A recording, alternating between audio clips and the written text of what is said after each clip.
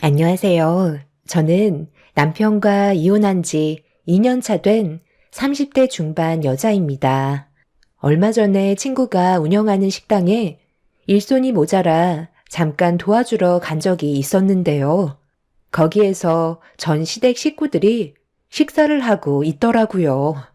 2년 만에 저와 다시 마주친 시댁 식구들은 전혀 달라진 거 없이 똑같은 모습을 하고 있더군요.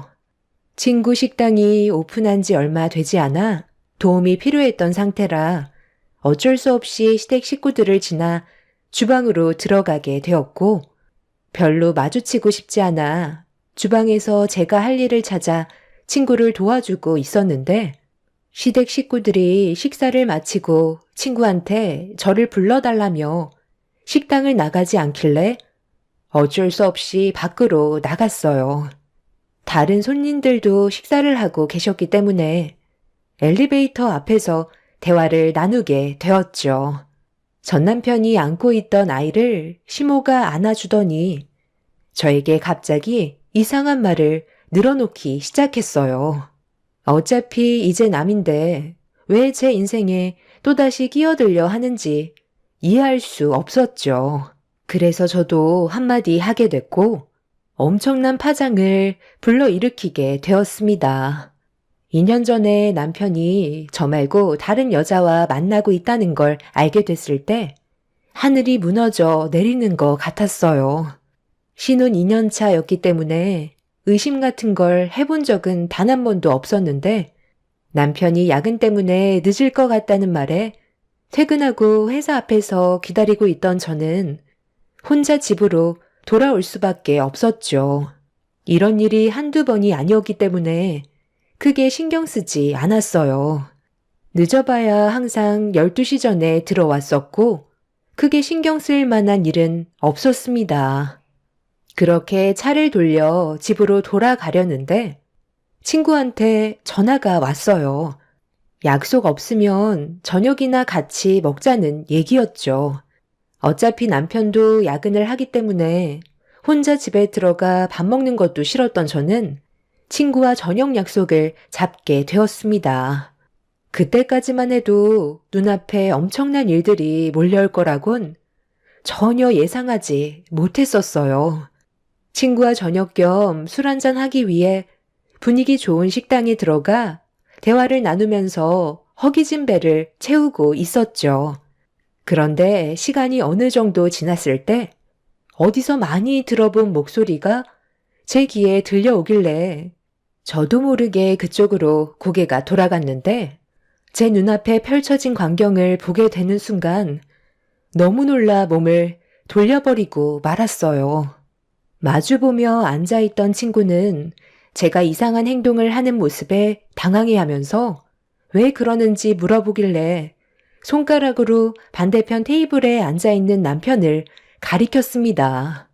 친구도 남편을 몇 번 봤었기 때문에 단번에 얼굴을 알아보았고 충격적인 광경에 친구 또한 입을 다물지 못했어요. 저는 눈앞에 펼쳐진 남편의 또 다른 모습에 너무 놀랐는지 숨이 거칠어졌고 어떤 상황인지 다시 한번 제 눈으로 확인을 해봐야만 했어요. 천천히 고개를 돌려 남편의 모습을 보는 순간 너무 큰 충격을 받았는지 손발이 덜덜 떨리고 있었죠. 친구는 남편이 바람 피우고 있는 모습을 핸드폰에 그대로 담기 시작했고, 저는 그 모습을 두 눈으로 담고 있었어요. 처음 본 여자와 남편이 서로 얼굴을 마주하고 있는데 테이블 위에 올려진 두 손을 서로 어루만지면서 뭐가 그리 좋은지 웃고 떠들며 대화를 주고받고 있었습니다. 저와 친구는 남편과 처음 본 여자가 자리에서 일어날 때까지 몸을 숨긴 채 모든 광경을 두 눈으로 전부 다 담았고, 어느 정도 시간이 지나자 남편과 여자가 자리에서 일어나길래 저도 그 뒤를 조심스럽게 따라갔습니다. 그리고 식사를 끝낸 뒤 헤어지는 게 아닌 근처 호텔로 향하더라고요. 저는 이미 정신이 반쯤 나가 있던 상태라 아무것도 할 수 없었지만 친구가 모든 걸 핸드폰에 영상으로 다 담고 있었죠. 그렇게 호텔까지 들어가는 모습을 끝으로 그 뒤를 따라가던 저와 친구의 걸음은 멈췄습니다. 도저히 참기 힘들었던 저는 결국 주저앉아 눈물을 흘렸고 친구는 당장 호텔로 들어가 머리채 잡아 끌고 나와야 하는 거 아니냐며 분노한 모습을 보여주고 있었죠. 이미 호텔로 들어갔는데 더 이상 제 두 눈을 더럽히고 싶지 않았어요. 그렇게 친구의 부축을 받으면서 집으로 돌아온 저는 남편이 오기까지 기다리고 있었습니다. 저에게 바람 피우고 있다는 걸 걸리지 않으려고 12시가 넘어가기 전에 들어온 남편은 현관문을 열자마자 밝은 얼굴과 함께 평소 저를 대했던 모습으로 다가오고 있었죠. 많이 기다렸지? 당신이 걱정할까봐 최대한 빨리 일 처리하고 왔는데 12시가 넘어버렸네. 얼굴이 많이 안 좋아 보이는데 피곤하면 먼저 눕지 그랬어. 내가 너무 늦게 와서 그래? 회사 일이니까 어쩔 수 없잖아. 당신 기분이 별로 안 좋아 보이는데 술 한잔 할까? 많이 피곤해도 같이 시간 보낼 수 있는 체력은 아직 남아 있다고. 그렇게 힘쓰고 들어왔는데도 아직까지 체력이 남아 있나 봐. 당신은 나한테 언제까지 숨길 수 있을 거라 생각했어? 나를 사랑해서 결혼한 거 아니야? 그런데 왜 다른 여자랑 같이 술을 마시고 그것도 모자라 호텔까지 들어간 건데? 그 시간 동안 내 생각은 조금도 하지 않았던 거야? 해명할 수 있는 기회는 줄게. 당신 뭐 잘못 먹은 거야? 힘들게 일하고 온 사람한테 그게 무슨 말이야? 내가 여자를 만나 술 마시고 호텔까지 갔다고? 다른 사람과 착각한 거 아니고? 내가 이렇게까지 얘기했으면 좀 솔직해지면 안 돼? 이런 걸 보여줘야 진실을 얘기할 거야? 아까 친구랑 같이 저녁을 먹고 있었는데 그 식당에 당신이 어떤 여자랑 들어왔잖아. 나는 그 모습을 보고 너무 충격받아서 아무것도 할 수가 없었는데 옆에 있던 친구가 당신이 바람 피우고 있는 모습을 전부 찍어주고 있었다고. 그리고 이거 봐봐.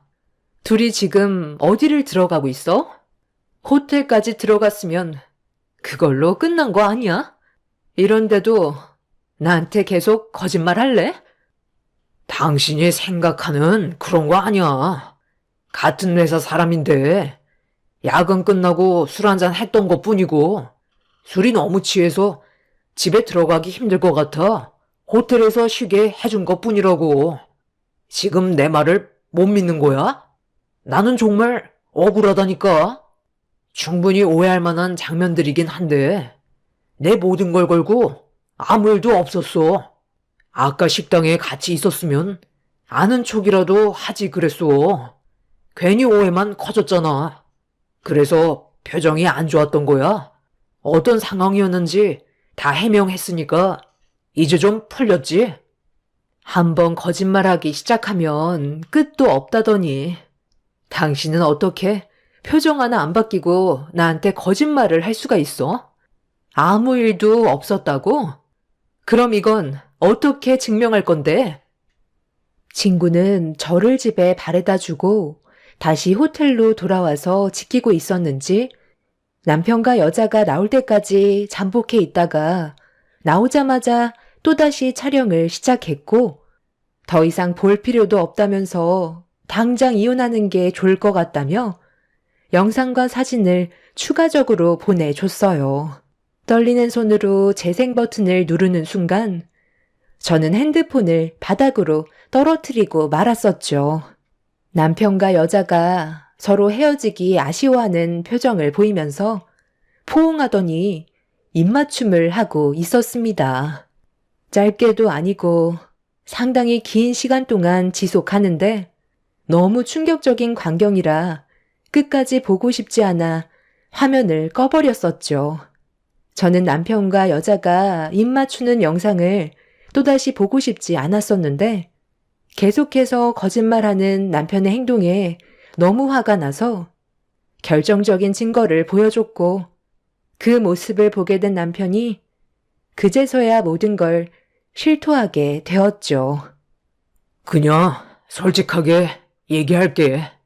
나는 당신을 사랑하고 있긴 하지만 그 여자도 사랑하고 있어. 그런데 당신이랑 그 여자에게 느끼는 감정 기준은 완전히 다르다고. 당신한테는 진심이지만 그 사람한테는 내 모든 걸 줄 수 있을 정도의 진심은 아니야. 그냥 서로 원하는 걸 주고받는 정도의 관계일 뿐이라고. 그 사람도 공허함을 달래기 위해 날 만나고 나 또한 당신한테 모자란 부분을 채우기 위해 만나는 그런 조건의 만남이기 때문에 나는 지금의 가정에 충실하고 싶고 당신이랑 이혼하는 일은 없었으면 좋겠어. 너무 어이가 없는 말에 할 말을 잃었던 저는 남편의 얼굴에 손을 올려 버렸어요. 충격적인 사상을 가지고 있는 남편과 한 공간에 있는 게 너무 싫었던 저는 집을 뛰쳐나왔고 결국 이 사실은 저희 부모님도 아시게 되면서 집안은 난리가 나고 말았습니다. 부모님께선 남편과 대화를 해봐야겠다고 당장 튀어오라고 했지만 남편은 오지 않았어요.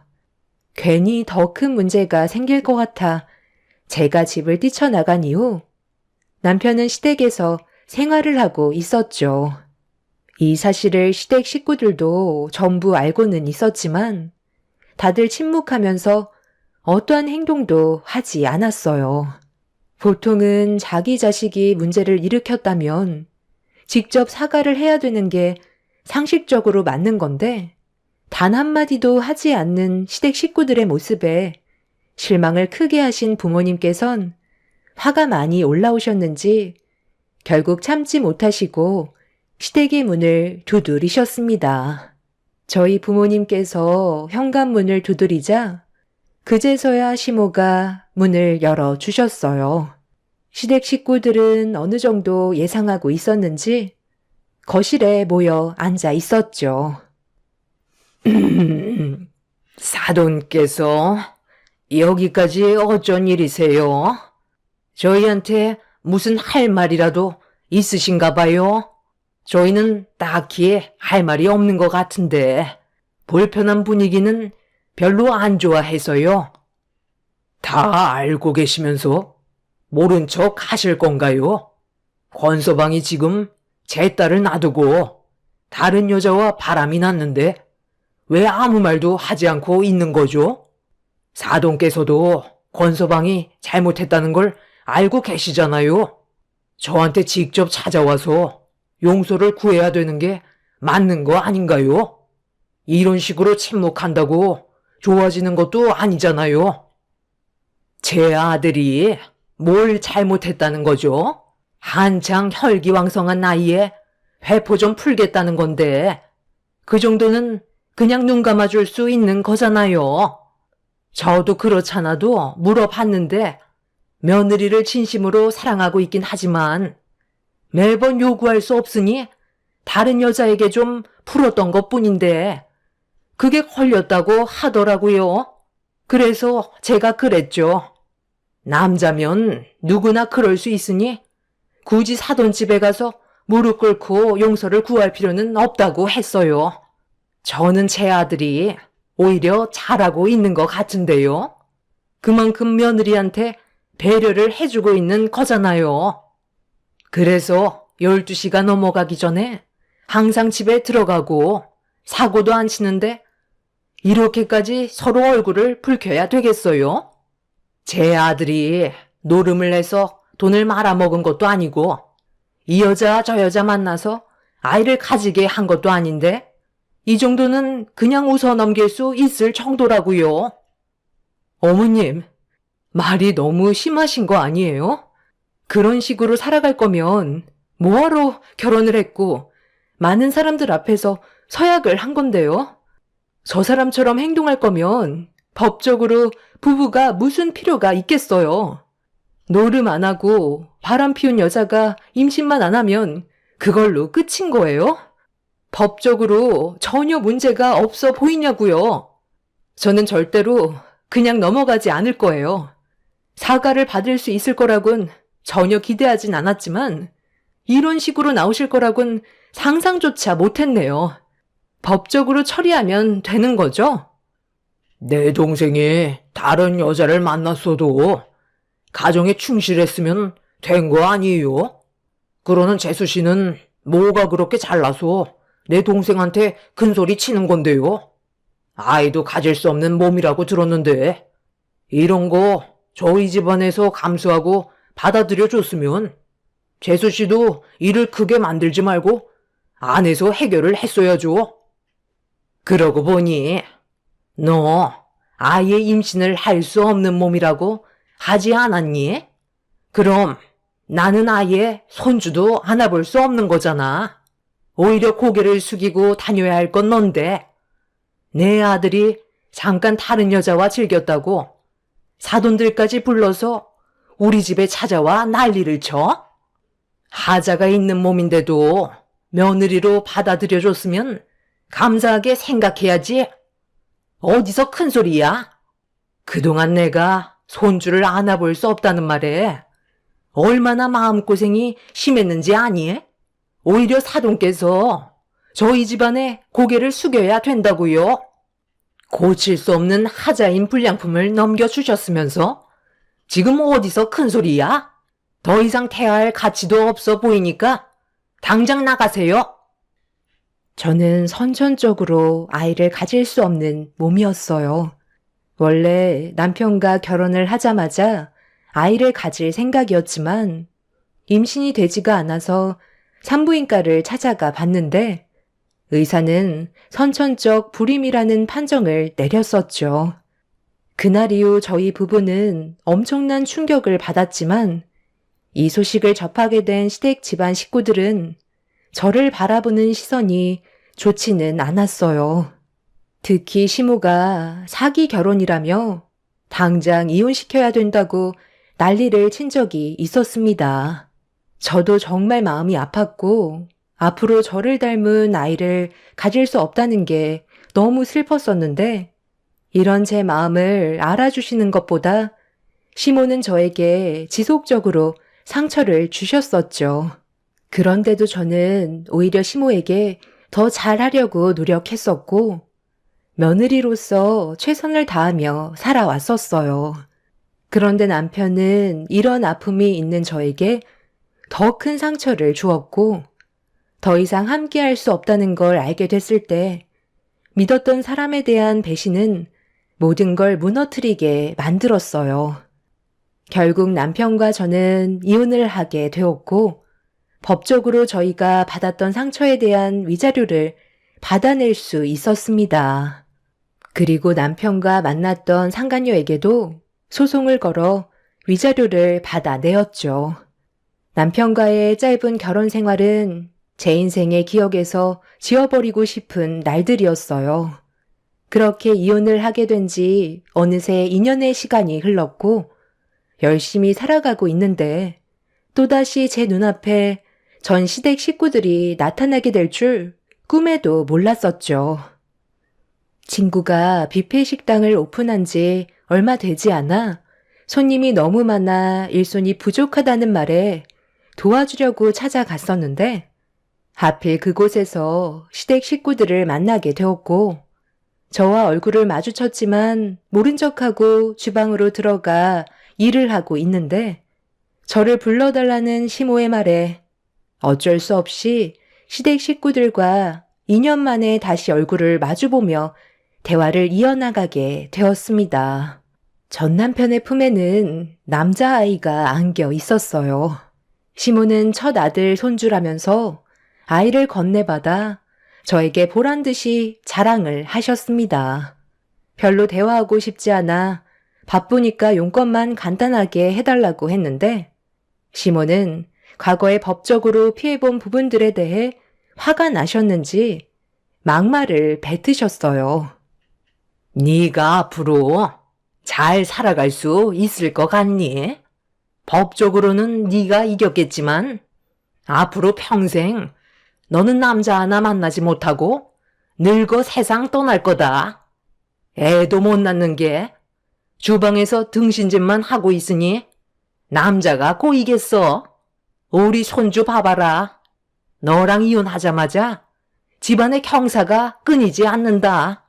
내 아들과 아주 똑 닮은 게 앞으로 엄청 큰 인물이 될 거다. 애를 가질 수도 없는 너는 얼마나 부럽겠니?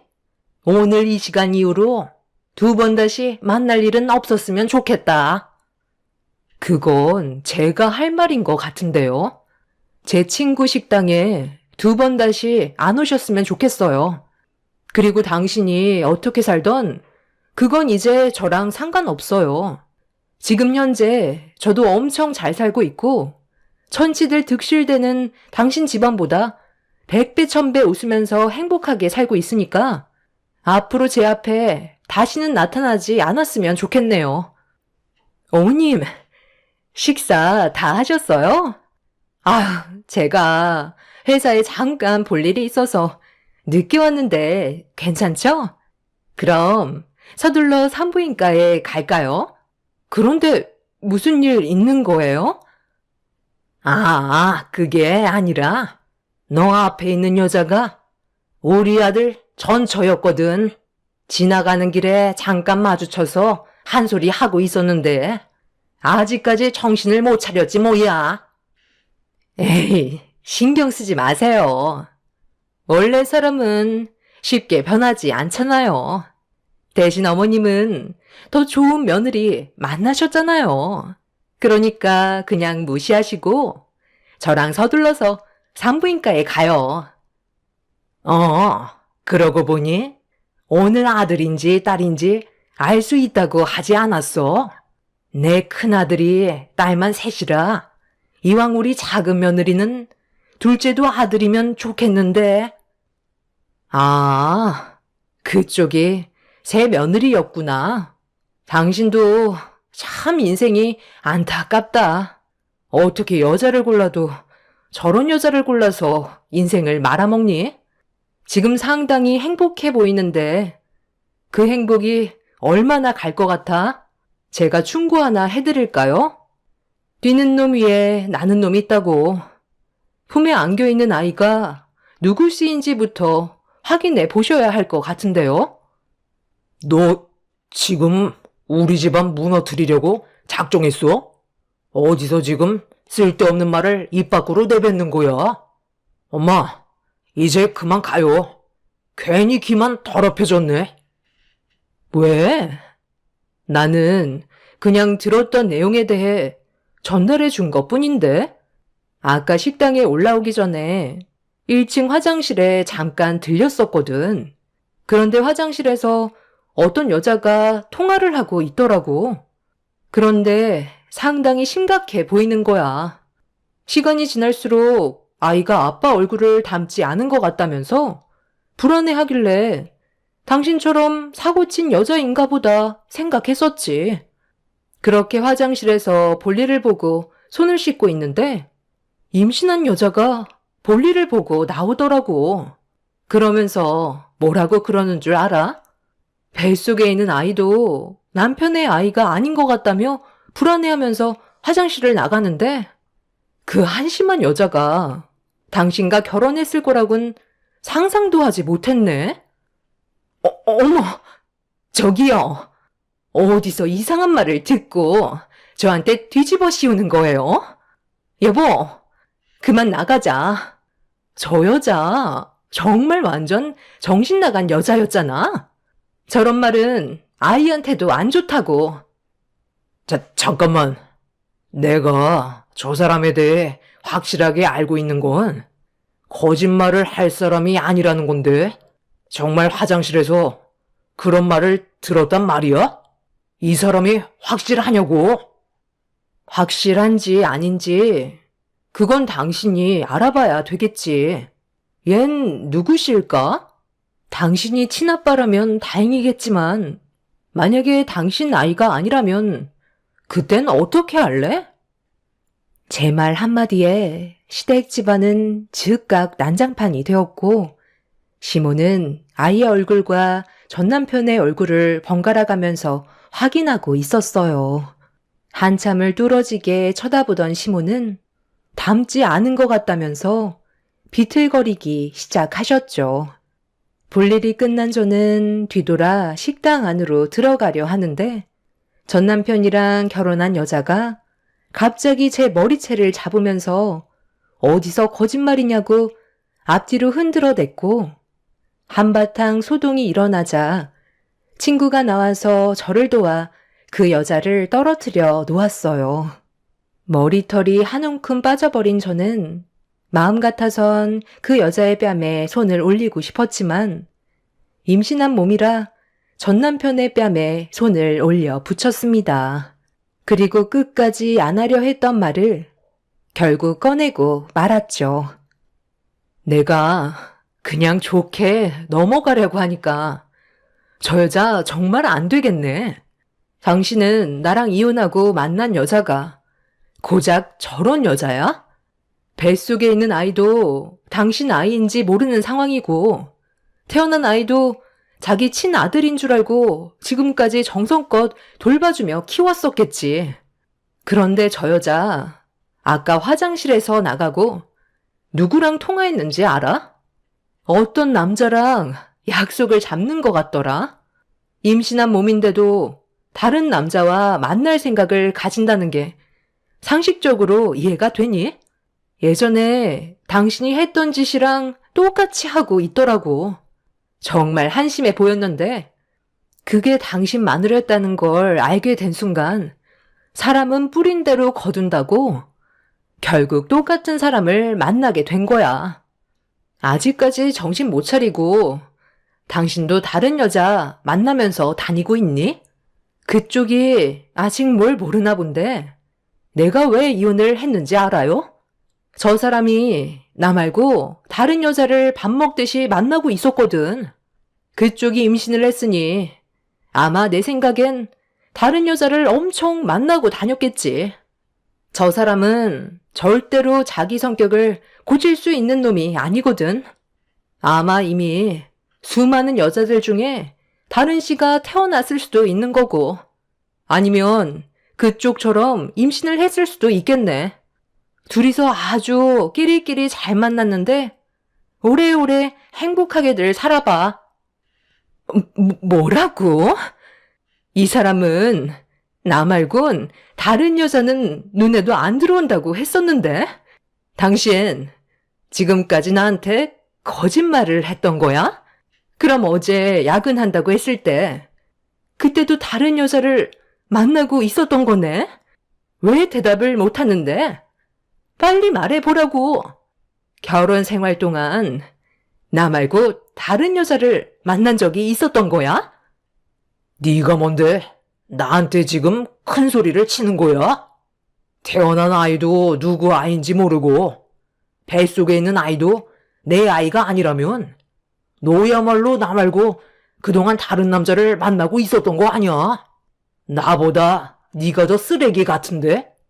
유전자 검사해봐서 내 친아들이 아니면 당장 소송 걸 테니까 각오하는 게 좋을 거야. 시몬은 넋이 나간 얼굴로 전 남편 품에 안겨있는 아이를 뚫어지게 쳐다보고 있었어요.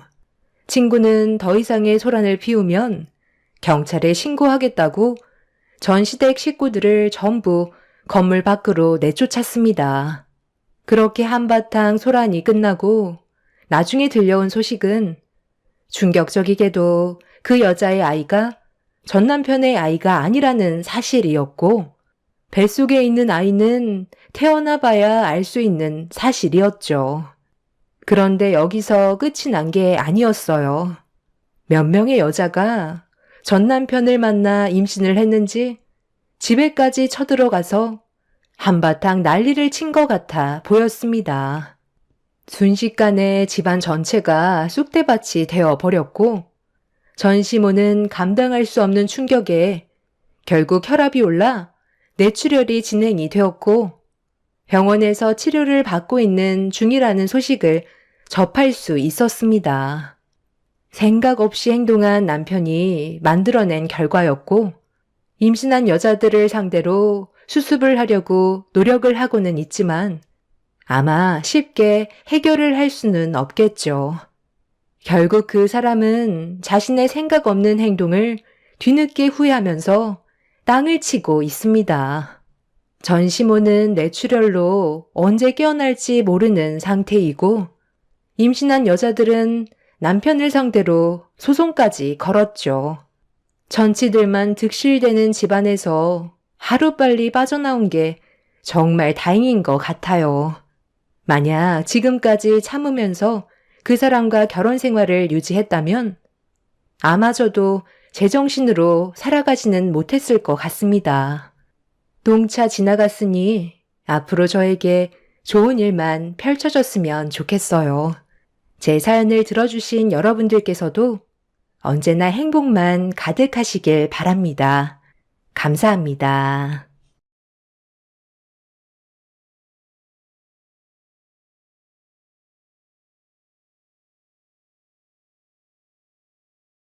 안녕하세요. 이 나이 정도 살아보니 어느덧 인생을 조금이나마 알 것 같은 중년 여성이에요.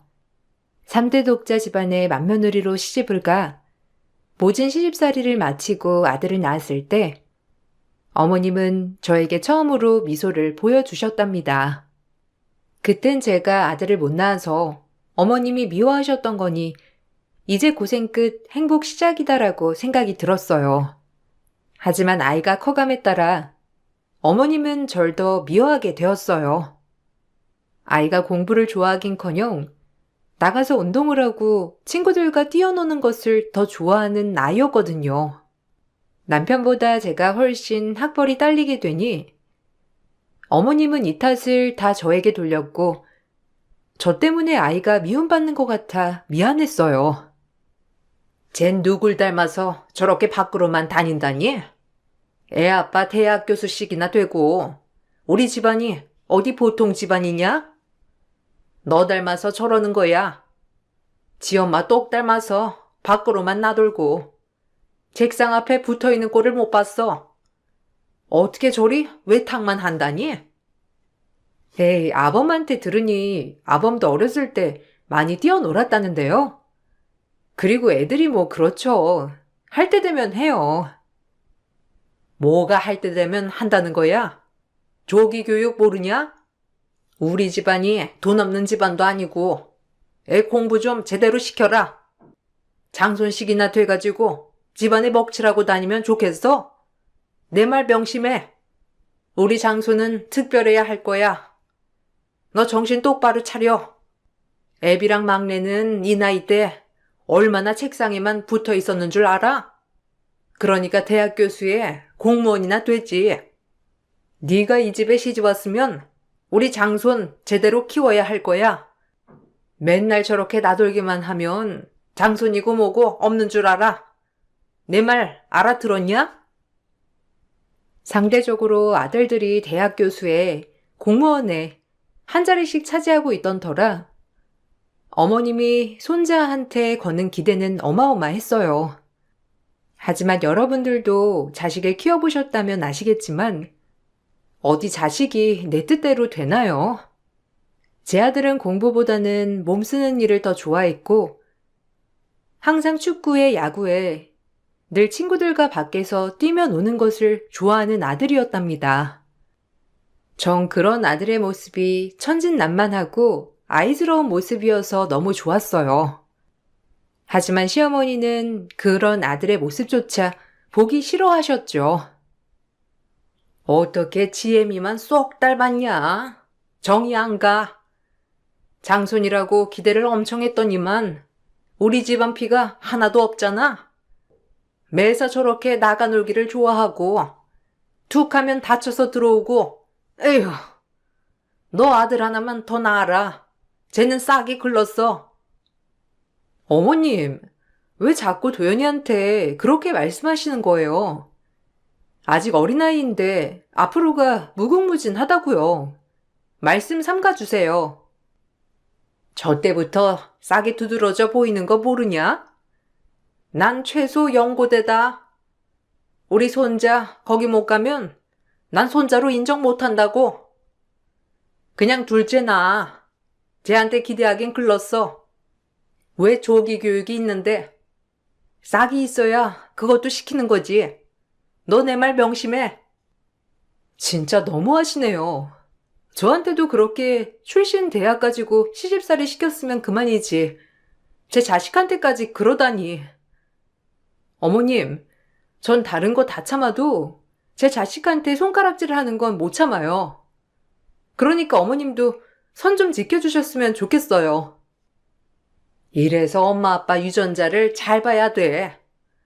널 안에 유전자가 들어있으니 저 모양 저 꼴 아니니? 그리고 내 집에서 내가 마음대로 하겠다는데 누가 말릴 거야? 네가 이 집에 좀 살았다고 내가 우스운 모양인데 나 안 죽었어. 시어머니는 늘 제 머리 탓을 하며 아들이 똑 닮았다고 막말을 하였어요. 참는 것도 하루 이틀이어서 그런지 굉장히 화가 나는 때가 많았답니다. 아들은 어디서나 당당함 그 자체였지만 할머니가 대놓고 핀잔을 주고 미워하니 할머니 앞에만 서면 늘 주눅든 모습을 보여주곤 하였어요.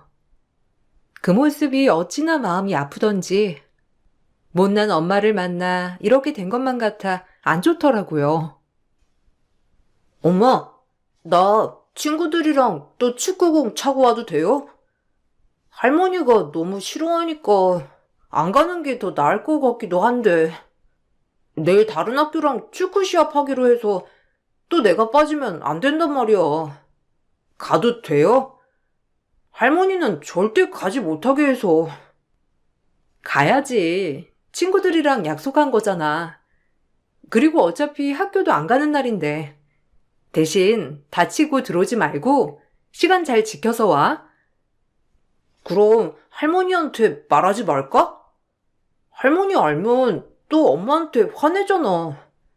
나 나가서 운동한다고 그러니까 말하지 말자. 그래, 할머니한텐 비밀. 대신 시간 철저히 지켜서 들어와야 돼. 다치면 안 되고.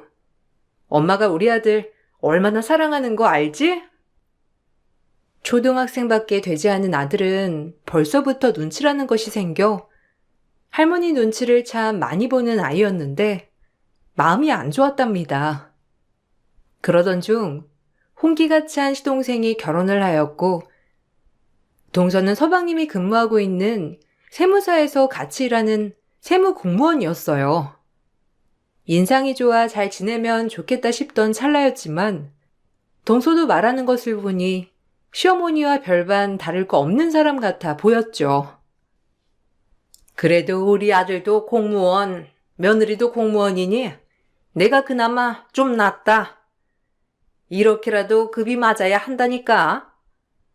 너희 부모님도 교직 생활 하셨다고 하니 내가 안심이 된다.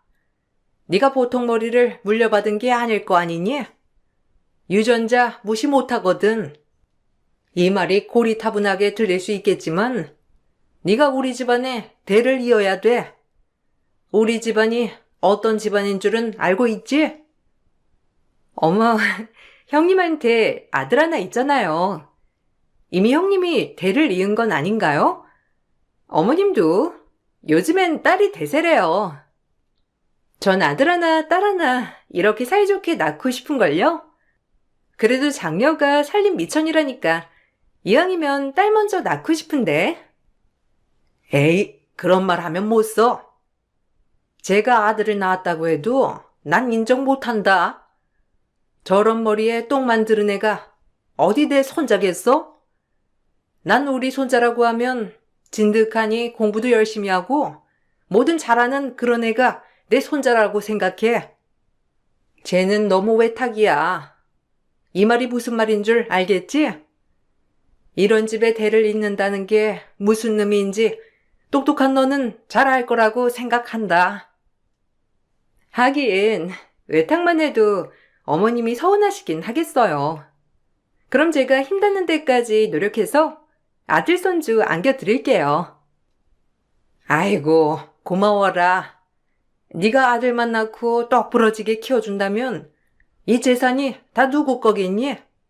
첫째 내는 글렀어. 정말요? 저야 그럼 감사하죠. 제가 어머님 입맛에 맞게 키워볼 테니 저한테 서포트를 많이 해주시면 되겠어요. 대놓고 들으란 식으로 재산 얘기를 운운하며 동서에게 아들을 낳으라고 하는 시어머니를 보자 노인네 참 지독하다고 생각이 들더군요. 차라리 저 재산 안 받아도 좋으니 우리 아들 그저 당당하게 행복하게 키우자 싶어 분가를 선언했고 처음엔 분가를 반대하던 시어머니도 드디어 동서가 아들 손주를 안겨주자 대번에 저희 보고 빨리 나가라고 하셨어요. 남편 또한 어머님이 이런 행동을 하는 것을 못마땅히 했지만 평생 어머님 뜻에 거역한 적 없이 살았던 사람이라 그런지 그저 저보고 참으라고만 했답니다. 제 아들은 제가 지키는 수밖에 없다고 생각이 들자 더더욱 독해져야겠다고 생각했어요. 너는 알아서 살아 이제. 그래도 장손이라고 데리고 있으려고 했는데 뭐 그렇게 나가고 싶다면 나가야지. 그리고 애 운동시키고 이런 거 내 돈으로 할 생각 어림없어.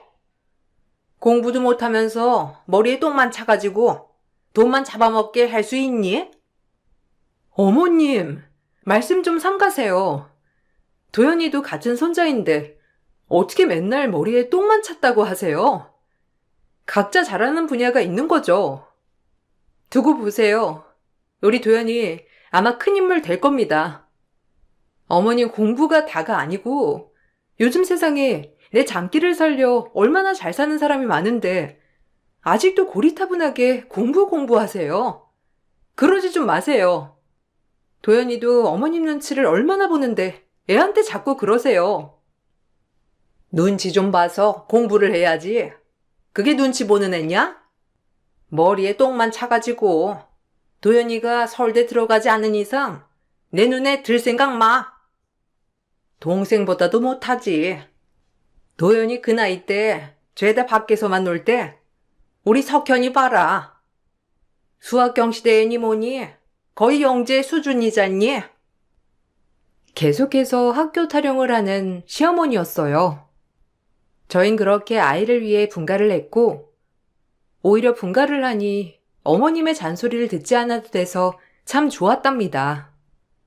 그리고 동서의 아들은 시어머니 바람대로 뭐든 척척 해내는 척척 박사였고 공부면 공부, 운동이면 운동, 뭐든 잘하는 손자였어요. 그런 손자를 시어머니는 눈에 띄게 제 아들과 차별하며 대하더라고요. 네가 장남이었어야 했는데 아유 어쩌다 장소는 저런 게 나오고 우리 차남이 이렇게 똑부러지고 똑똑하냐? 도연이 어렸을 때랑 비교하면 우리 차남은 아주 벌써부터 박사급이다. 얘 둘째야, 네가 진짜 고생했어. 애들이 엄마 닮는다더니 그 말이 딱인가 봐. 도연이 엄마 봐라. 뭐 볼 거 없으니 애도 똑같이 태어났는데 네 아들은 아주 대단한 것 좀 봐. 그러게요. 저도 애 낳기 전까지는 몰랐는데 애들이 엄마 유전자를 많이 닮긴 하는 것 같아요. 형님 아들을 보면. 동서, 말이 심하다. 내 머리가 어떻다고 그래? 그리고 어머님 오히려 좋으시겠네요. 도연이는 눈에 차지도 않으시니 석현이 싸고 두시면 되겠어요. 저희도 맨날 어머님의 성화에 힘들었는데 이제 어머님한테 그런 차별 그만 듣고 싶네요. 저런 대바라진 것 같으니 네 아들 얼마나 잘 되나 보자. 엄마가 돼가지고 마음도 더 그렇고 그래야지 어쩜 그렇게 속이 옹졸하냐? 그러니까 도연이 머리가 거기까지인 거야. 우리 석현이 좀 봐라. 지금 바둑대에 나가서 1등하고 학교에서 난리야. 나이 터울이 많이 나는 동선의 아들과 제 아들이었지만 늘 비교 대상이 되곤 하였어요. 엄마로서 내 아들이 차별받는 그 마음은 정말 말할 수 없이 속상했답니다. 그래도 아들에겐 내색 한 번 없이 늘 하고자 하는 것에 대해 응원을 아낌없이 해주었어요. 엄마, 나 대학교 안 갈래요. 어차피 성적이 그렇게 좋지도 않은데 굳이 대학교 학비를 낭비해야 되나 싶어서 그래. 그래도 후회하지 않겠어? 평생 한이 될 수도 있는 건데. 지금은 그래도 엄마는 네가 평범한 걸 다 해봤으면 해서 그래. 나중에 후회되면 그때 가져 뭐. 지금은 돈 아깝다는 생각이 먼저 들어요. 그러니까 엄마도 제 뜻을 지지해 주세요. 그래, 네 생각이 그렇다면 그런 거지. 아빠는 네가 뭐든 잘할 수 있을 거라 믿어. 평생 할머니 성화에 아빠는 늘 할머니가 원하는 것만 해서 지금 후회가 더 많단다. 네가 하고 싶은 거 충분히 누리면서 살아. 그렇게 살아도 아까운 인생이니. 남편도 어머님 때문에 후회되는 삶을 살았다며 저에게 오히려 아들을 지원해주라고 했어요. 저 역시 고리타분한 남편인 줄 알았는데 그래도 이런 부분에서 깨어있는 사람이란 걸 알고 나니 부모 모두 지지해주는 걸 더욱 하고 싶었죠. 하지만 제 아들이 대학교에 가지 않겠다고 선언한 뒤 시어머니는 난리가 났고 손자가 아니라며 오히려 부정하는 단계에 이르렀어요. 미쳤구나 네가. 드디어 사다를 내는구나. 어찌 키웠으면 저렇게 제멋대로 막무가내야? 내 손자 중에 대학교 안 밟은 손자는 없다. 그 말 뜻은 더 이상 손자로 인정할 수 없다는 거야. 연고대를 못 가더라도 지방대라도 가야 할 거 아니야? 머리가 딸리면 아무 데라도 가야지. 고졸이 말이 돼? 애미 네가 말해봐라. 너희끼리 나가 살라고 했더니 이러려고 나가 산 거야? 어머님, 요즘 대학 나와도 다 똑같이 살아요. 그냥 도연이 하고 싶은 거 하게 두자고요. 대학이 인생의 전부도 아니고. 전부가 아니라니? 그럼 고등학교 나오면 뭐 대단한 거 한다고 하니? 애초에 너랑 결혼을 시키는 게 아니었어. 너 같은 무식한 엄마를 두니 아들 녀석도 저 모양으로 나온 거잖아. 처음부터 단추가 잘못 깨졌어. 아유, 내가 오래 살고 별거를 다 본다. 교수하고 공무원 하면 뭐 다른 삶을 살 것 같아요? 똑같이 남들 눈치 보고 남의 돈 먹고 사는 거예요. 저 하나 엄마 마음대로 하셨으면 됐잖아요. 왜 제 아들 삶까지 엄마가 간섭하려 하세요? 전 제 아들이 하고자 하는 거 응원해 줄 겁니다. 내 말대로 해서 나쁜 거 있었니? 기껏 대학 교수 만들어 놨더니만 지가 잘나서 된 줄 알지? 그래, 어디 너네 마음대로 해. 처음으로 남편이 어머님께 대들었고 어머님은 충격이었는지 더 이상 말을 안 하셨어요. 그리고 저희는 그렇게 시어머니 눈밖에 완전히 찍혔지만 저희만 행복하면 됐다고 생각했기에 개의치 않았답니다. 그러면서 들려오는 소식엔 동서아들이 완전 수재의 영재라며 시어머니가 그 손주를 바라보는 낙으로 산다고 소식이 들려오더라고요. 그래도 손자 하나가 어머님께 기쁨을 안겨드리니 됐다 싶은 마음이 들게 되었던 거죠. 그렇게 저희도 열심히 살아가게 되었고 드디어 청약 만기가 되어 전세 탈출을 눈앞에 두고 있었어요. 신축 아파트에 그것도 이 나이에 매매를 해서 들어가는 것이 정말 큰 기쁨이더라고요. 수고했어. 당신 힘으로 알뜰살뜰 모아서 이렇게 집까지 장만하다니. 대출은 껴있지만 그래도 대단해. 고마워. 이제 우리 아들도 결혼할 때가 됐는데 어디 민폐 키질 수 있어? 자기 정년까지 열심히 일해서 대출 갚고 우리도 번듯한 집 하나는 있어야지. 어머님이 애초에 우리한테 뭐 주실 거라고 생각도 안 하거든. 그래도 행복해. 도연이 저렇게 앞가림 잘하고 살고 우리도 남한테 손가락질 받으며 사는 게 아니니까 기쁠 따름이야. 우리 더 행복해지자고. 드디어 이사를 앞두고 있던 시점이었어요. 원래 시어머니 성격에 먼저 전화를 안 하시는 분인데 저에게 전화가 와서 집에 들르라는 소리를 하시더라고요. 그렇게 오랜만에 특별한 날이 아닐 때 시댁에 방문하게 되었어요. 그곳엔 동서와 오랜만에 보는 조카가 같이 있더라고요. 그리고 시어머니는 제 앞에서 조카 자랑을 엄청나게 하기 시작하셨습니다. 너 소식 들었니? 우리 석현이가 이번에 로스쿨 졸업하고 로펌에 합격했잖아. 얘가 뭐 하나 할 줄 알았다니까. 자그마치 우리 집에서 변호사가 나온 거라고. 얘 엄마가 얼마나 뒷바라지를 해댔는지 이래서 엄마 머리 무시 못한다는 거다. 아, 그래요? 축하해, 동서. 석현이도 축하한다. 그 힘든 고시공부 마치고 변호사가 됐구나. 장하다. 어려서부터 영재더니. 그래서 말인데, 너희 이번에 새로 집 하나 했다며? 뭐 청약인가 뭔가 당첨됐다고 둘째가 그러더구나. 맞는 말이니? 네, 저희도 드디어 전세 탈출했어요. 도연이 장가 간다고 하면 그래도 부모가 집 하나는 가지고 있어야 할 것 같았는데 잘 됐죠.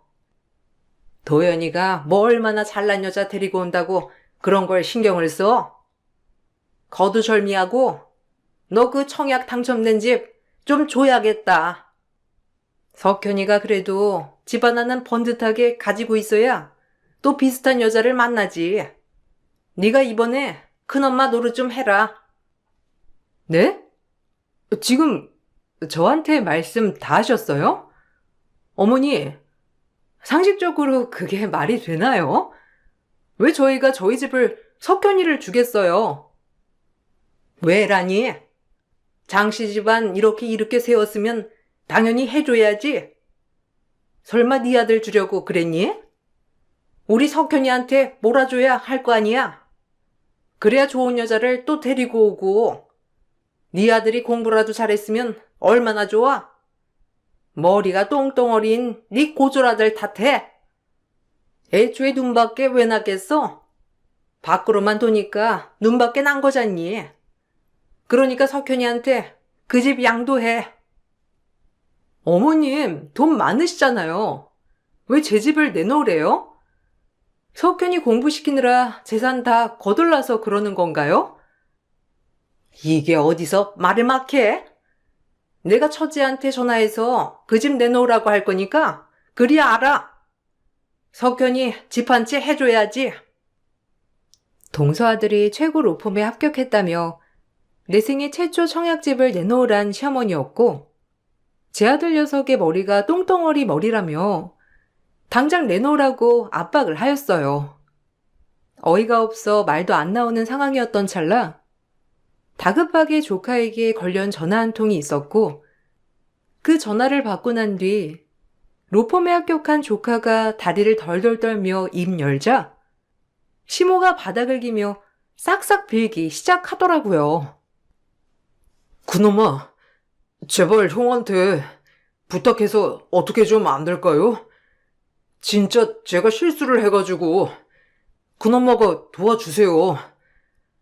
사실 제가 친구들의 권유로 진짜 딱 한 번 약을 했거든요. 근데 그게 왜 하필 걸려가지고 형한테 부탁 좀 하면 안 될까요? 뭐? 어머, 너 제정신이니? 변호사가 된 마당에 지금 뭘 해?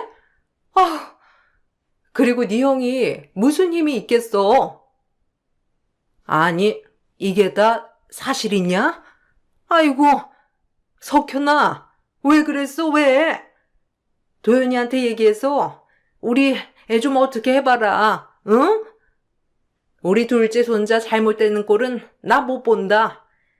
나한테 네가 어떤 손자인데? 예, 어미야. 네가 얼른 도연이한테 전화 좀 넣어봐. 어머님, 전 도연이가 이런 일에 휘말리는 꼴 못 봐요. 아무리 가족이라지만 이건 아니죠. 그리고 석현이 네 잘못 뉘우쳐. 형님, 석현이가 나쁜 친구들의 유혹에 흔들린 건데 왜 석현이한테 뭐라고 하세요? 도연이랑 만나게 좀 해주세요. 사실 제 아들은 20살에 바로 경찰 공무원 시험을 보고 경찰이 되었고 모든 특출난 운동신경을 발판으로 진급이 빨랐어요. 그리하여 형사과로 전출이 되어 근무를 했었는데 하필 약 밀수 밀매 쪽을 많이 담당하고 있다 보니 그걸 알고 조카가 바로 저에게 부탁을 했던 겁니다. 시어머니 또한 이 모든 사실을 알고 저에게 제발 아들한테 말을 잘해달라며 빌기 시작했어요. 그렇게 똥덩어리라고 방금 전에 말하던 시어머니가 표정이 상기되어 부탁을 하는 것을 보니 살짝 우스운 마음이 들었답니다. 도연이가 우리 집 장손 아니냐. 그러니까 석현이 좀 어떻게 해줘라. 경찰에 출두하라는데 얘가 변호사인데 어떻게 그런 일이 휘말릴 수가 있었겠어. 그러니까 도연이한테 잘 말해서 어떻게 빼주면 안 되겠니? 내가 이렇게 부탁할게. 제 아들 똥덩어리라고 방금 전까지 그래놓고 이제 와서 잘 말을 해달라니. 그리고 아무리 가족이지만 죄를 지으면 벌을 받아야죠. 게다가 약이라니. 이건 진짜 아닌 것 같네요. 석현이 너 크게 실수한 거야. 그냥 쟤 달기 받고 다신 그러지 마라. 형님, 지금 석현이가 어떤 애인데 벌을 받으라는 건가요? 우리 집안의 자랑에다가 변호사라고요. 형님 아들이 너무 평범해서 잘 모르나 본데 우리 석현이가 어디 그런 데 가서 조사받을 애인가요? 저 어떻게 해서든지 석현이 구해낼 거예요. 진짜 삐뚤어진 모정이다. 변호사 아들이 뭘 그리 대단하다고. 미안한데 난 우리 아들처럼 본인 앞길 탄탄대로 헤쳐나가고 부모에 대한 고마움 알면서 남한테 피해 끼치지 않고 사는 우리 아들이 훨씬 좋거든. 그리고 어머님 툭하면 재산 가지고 압박하시더니 저보고 집 내놓으라는 거 보면 뭐 재산을 다 탕진하셨나 봐요. 됐고 저 가보겠습니다. 그리고 동서, 말은 바로 해야지. 어차피 이런 집안 장손이 되게 하고 싶지도 않지만 도연이가 장손이긴 하잖아. 우리 어머님한테 한 푼도 안 받고 그동안 모든 돈 동선에 지원해줬으니 그 돈으로 한번 해결할 수 있으면 해봐. 우리 신경 안 쓸 테니. 전 그렇게 시댁을 빠져나왔어요. 묘한 마음이 들면서 이상한 생각도 하게 되었답니다. 그리고 아들에게 듣기론 다행히 아들이 직접적으로 조카를 연행한 건 아니지만 바로 옆 부서에서 조카의 사건을 다루고 있다고 했고 처음이었지만 그래도 변호사 자격이 있던 터라 아마 이 부분은 큰 사건이 될 것 같다고 하더라고요. 하지만 계속해서 시어머니는 저희를 닥달했어요. 어떻게든 귀한 손자가 혹시나 잘못될까봐 계속해서 제 아들을 닥달하는 시어머니를 보고 있자 정말 화가 나기 시작하더라고요. 도연이 네가 형으로서 석현이 어떻게 좀 해봐라. 우리 손자가 지금 저런 꼴인데 내가 가만히 있을 수 있어? 그러니까 네가 힘을 써서라도 석현이 좀 풀어줘. 한 번 실수했다고 하자니. 그런데 어떻게 이렇게 야박하게 할 수가 있어? 형으로서 네가 좀 어떻게 해봐라. 나이 차이 많이 나는 동생 안쓰럽지도 않아? 나 우리 석현이 잘못되면 못 산다. 할머니, 이건 중대 사건이에요.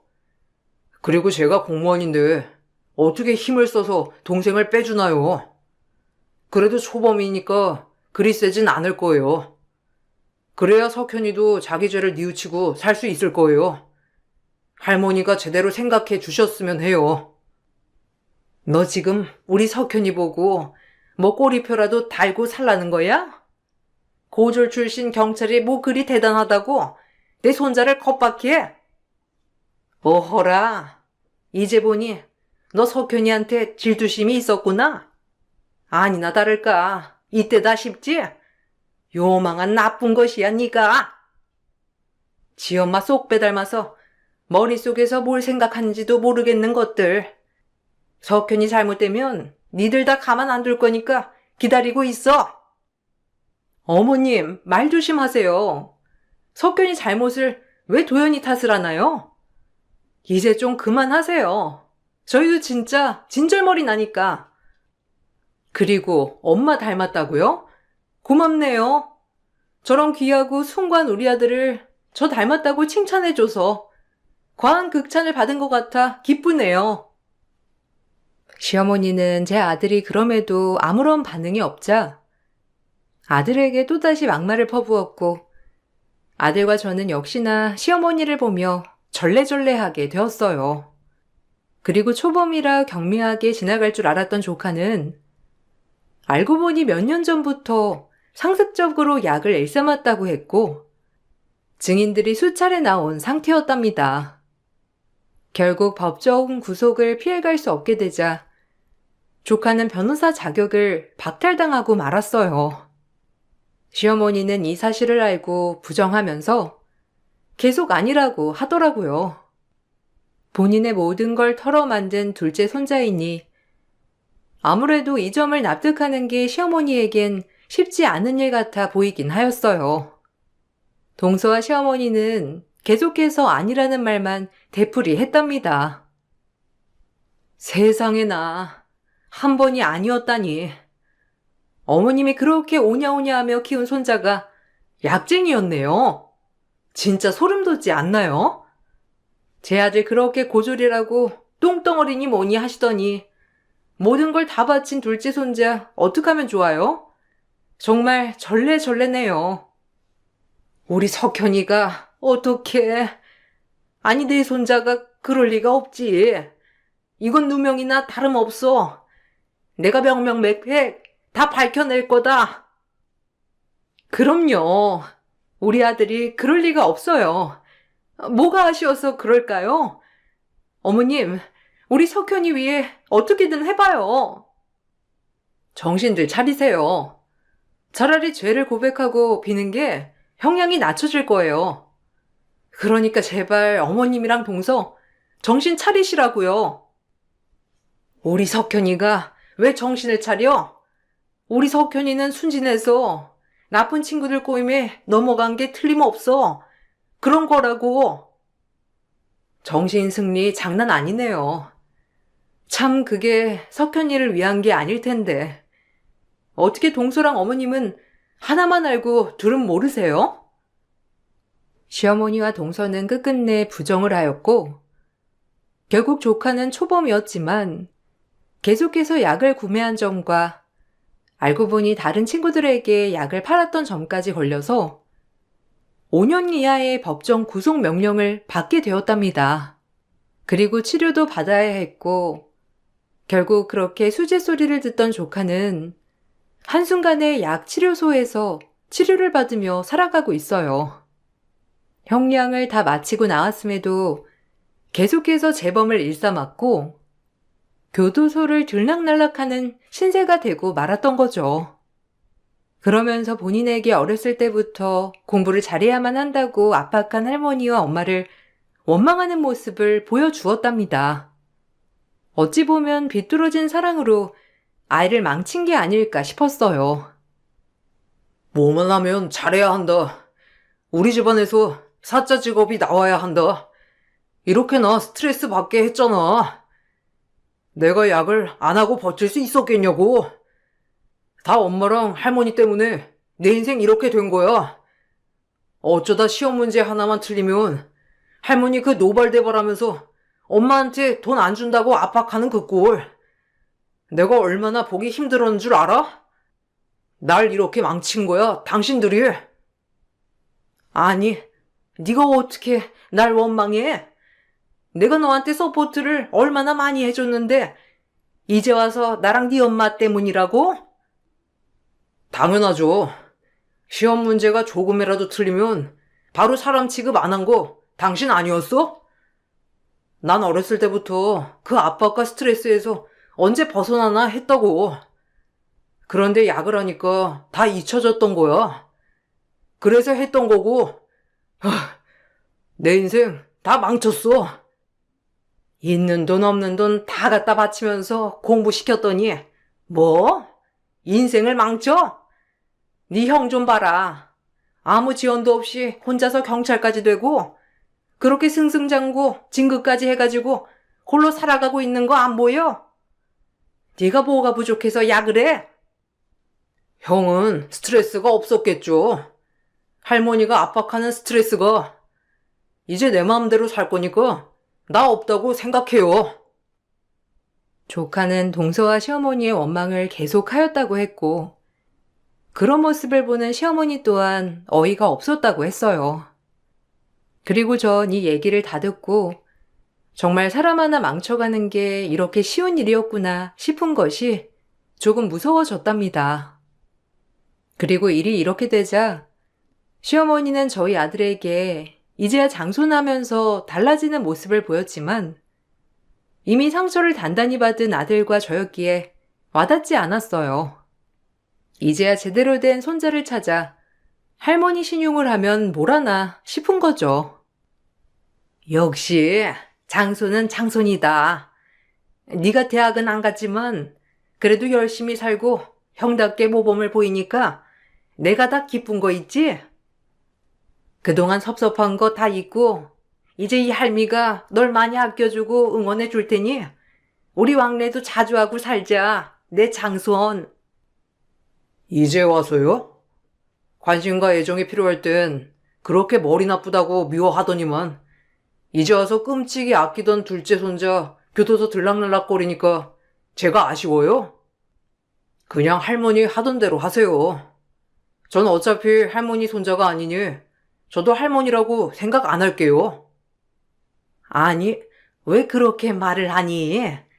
네가 내 장손이 아니면 내 장손이 누구라는 거야? 그 약쟁이 손자는 필요가 없어. 이제 너같이 든든하고 멋진 경찰 손자가 옆에 있으면 된단 말이야. 내가 장손 보는 낙에 살아야지. 이 나이에 어쩌면 되겠니? 진짜 어이가 없어서 원. 눈에 차지도 않다고 하더니만 약쟁이 손자 보니 우리 아들이 훨씬 나아 보이나요? 어머님 그런 편파적인 발언에 넌덜머리가 나네요. 치가 떨리고요. 진짜 어머님을 더 이상 보고 싶지도 않고 알고 싶지도 않아요.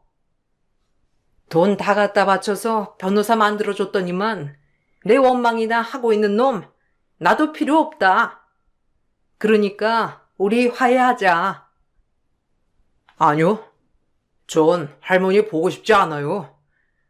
아, 그래도 아빠의 어머니시니 장례식엔 방문할게요. 그전엔 보지 않았음 하고요. 예, 미안하다. 우리 화해하자. 내가 잘못했어. 사람을 잘못 본 거지. 너같이 멋진 손자를 두고 내가 너무 심했던 거 인정해. 인정 필요 없어요. 어머님이 수도 없이 던진 돌에 제 아들과 전 상처투성이가 되었거든요. 이제 연락 안 하셨으면 해요. 그 발언을 마지막으로 전 시댁과 연을 끊었어요.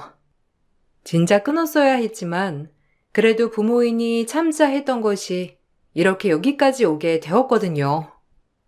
남편 또한 어렸을 때부터 공부에 대한 압박과 스트레스로 어머님께 정이 하나도 없던 터라 쉽게 결정될 수 있는 문제였죠. 그리고 저희 아들은 차별과 무시 속에 자랐지만 정말 훌륭히 성장하여 지금 또다시 진급을 앞두고 있고 올 8월 결혼을 앞두고 있답니다.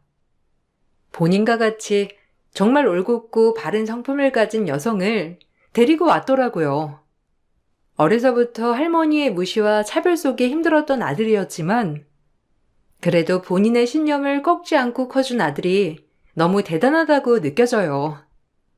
저희가 손절함에 따라 시어머니는 제 남편에게 입에 담을 수 없는 악담을 퍼부었지만 저희가 별로 신경을 쓰지 않기로 해서인지 그렇게 충격적이진 않더라고요.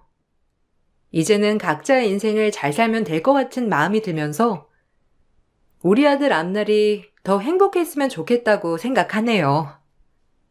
아들의 결혼을 앞두고 이 글을 쓰니 그래도 지나온 과거 아들에게 미안한 마음이 드는 것은 어쩔 수 없는 것 같아요. 그래도 후회를 발판 삼아 전 멋진 할머니가 돼보려고 다짐한답니다. 여러분, 요즘같이 좋은 봄날 꽃향기를 마음껏 맡으시며 힐링하시길 바라고 글을 마칠게요. 제 글을 들어주셔서 감사합니다.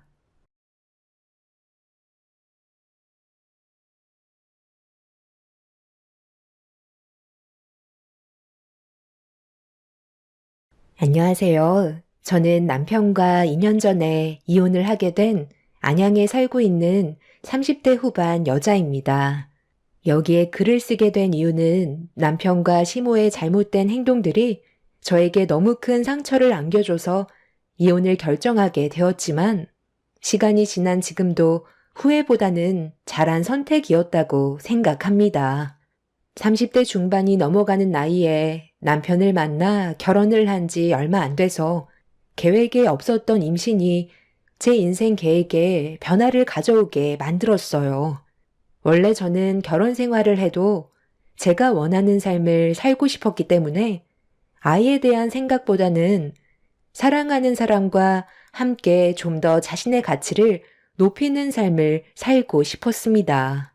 그런데 시부모님께서는 손주를 원하셨고 계속해서 제가 아이를 가지는 걸 바라시자 여러 가지로 고민이 많았었어요. 하지만 그동안 꿈꿔왔던 삶이 있었기 때문에 쉽게 결정을 내리지 못하고 있었죠. 처음에는 남편과 시부모님께서도 아이를 중요하게 생각하지 않으셨고 제 생각을 많이 반영해 주셨죠. 저에게는 아직 하고 싶었던 것들이 많았었기 때문에 아이를 키울 준비가 전혀 되어 있지 않았었어요. 그런데 결혼하고 나서부터 시부모님은 결혼 전에 저와 대화를 나누었던 부분들에 대해서는 전혀 기억을 못 하시는 건지 아이를 원하지 않는 저를 마음에 들어 하지 않으셨어요.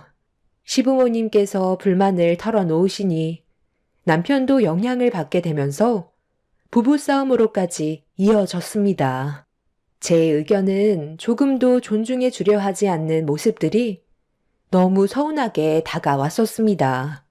30대 중반에 교수가 된 저는 더 많은 꿈을 펼치고 싶었고 남편은 그런 저를 뒤에서 밀어주겠다며 결혼 전에는 정말 많은 사랑을 주었었죠. 사랑하는 사람과 함께하면서 자신이 하고 싶은 걸 한다는 건 저에게 너무나도 큰 행복이었어요.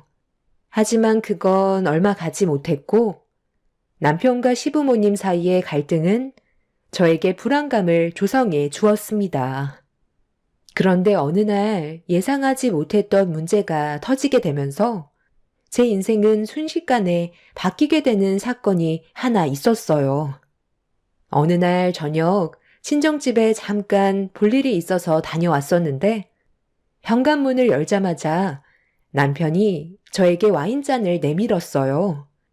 저에게 무언가를 요구하는 듯한 눈빛을 보내고 있었죠.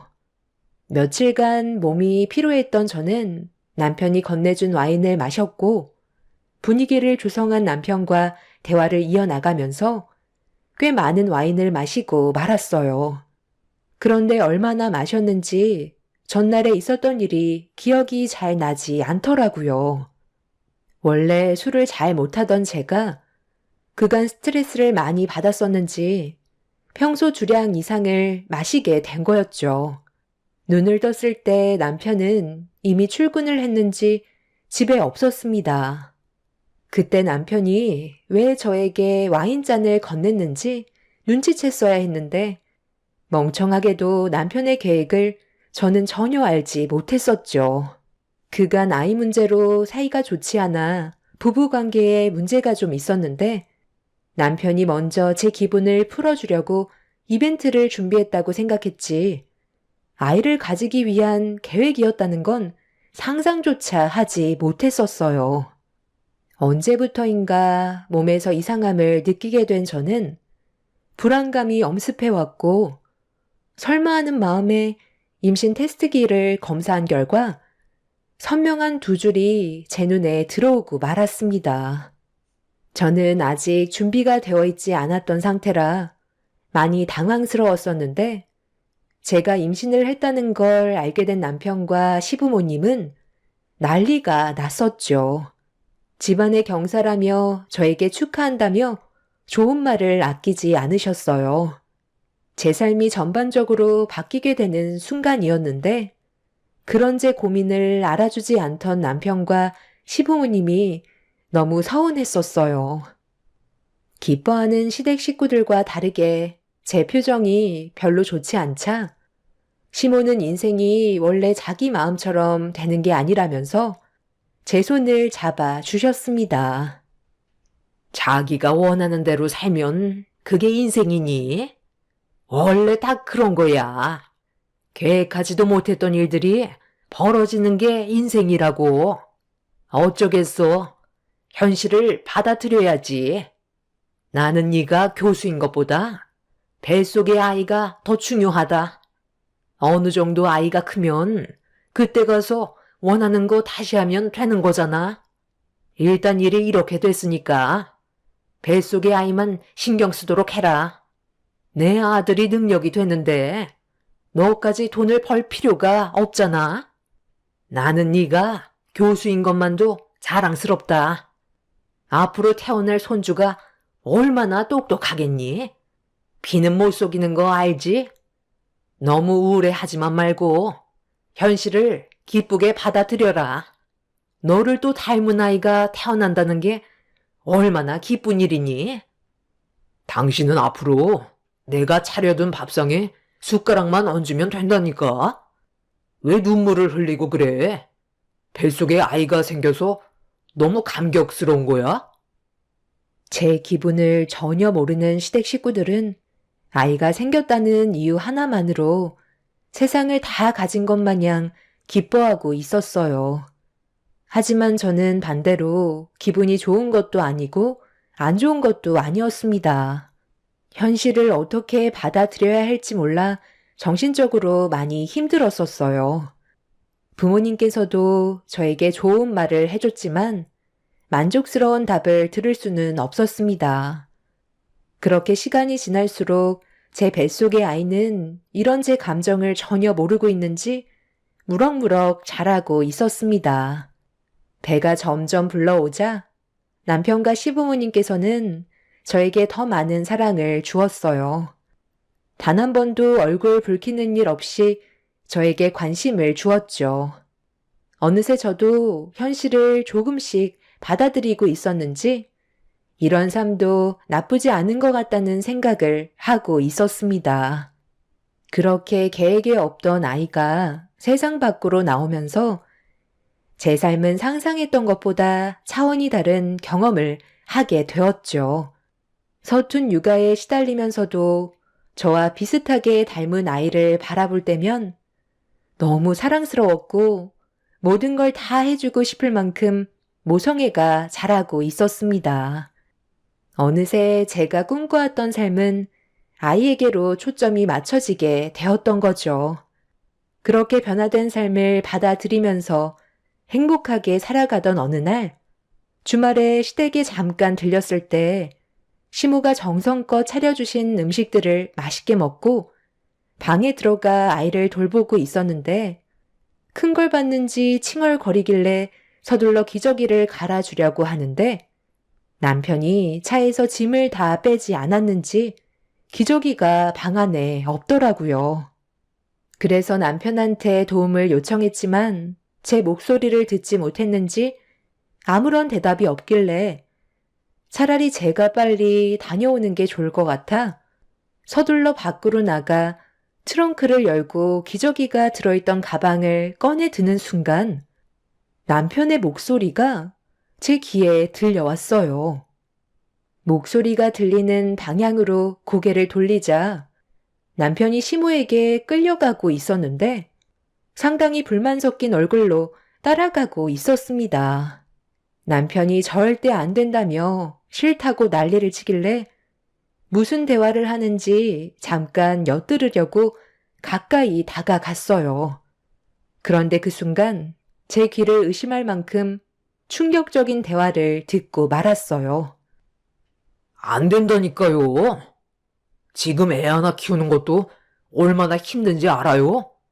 저는 무조건 반대예요.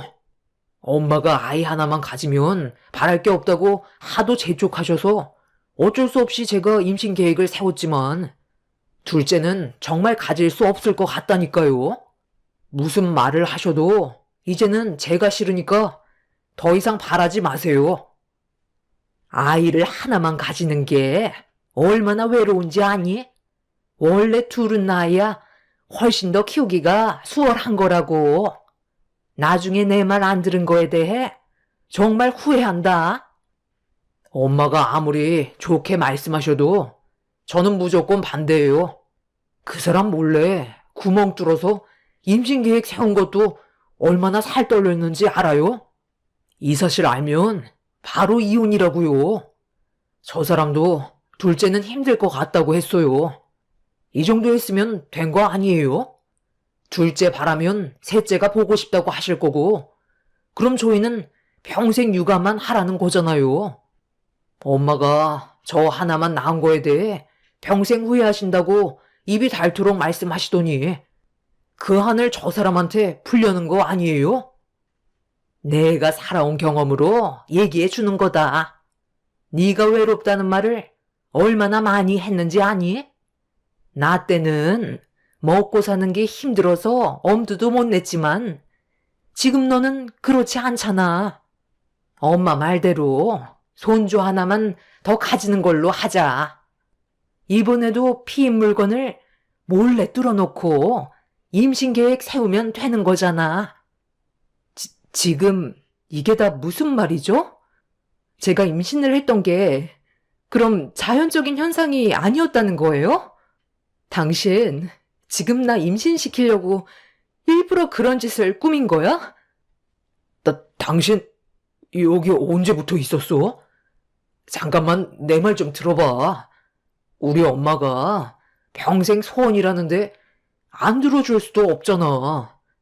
그런데 지금 봐봐. 당신이 훨씬 더 좋아하면 그걸로 된 거 아니야?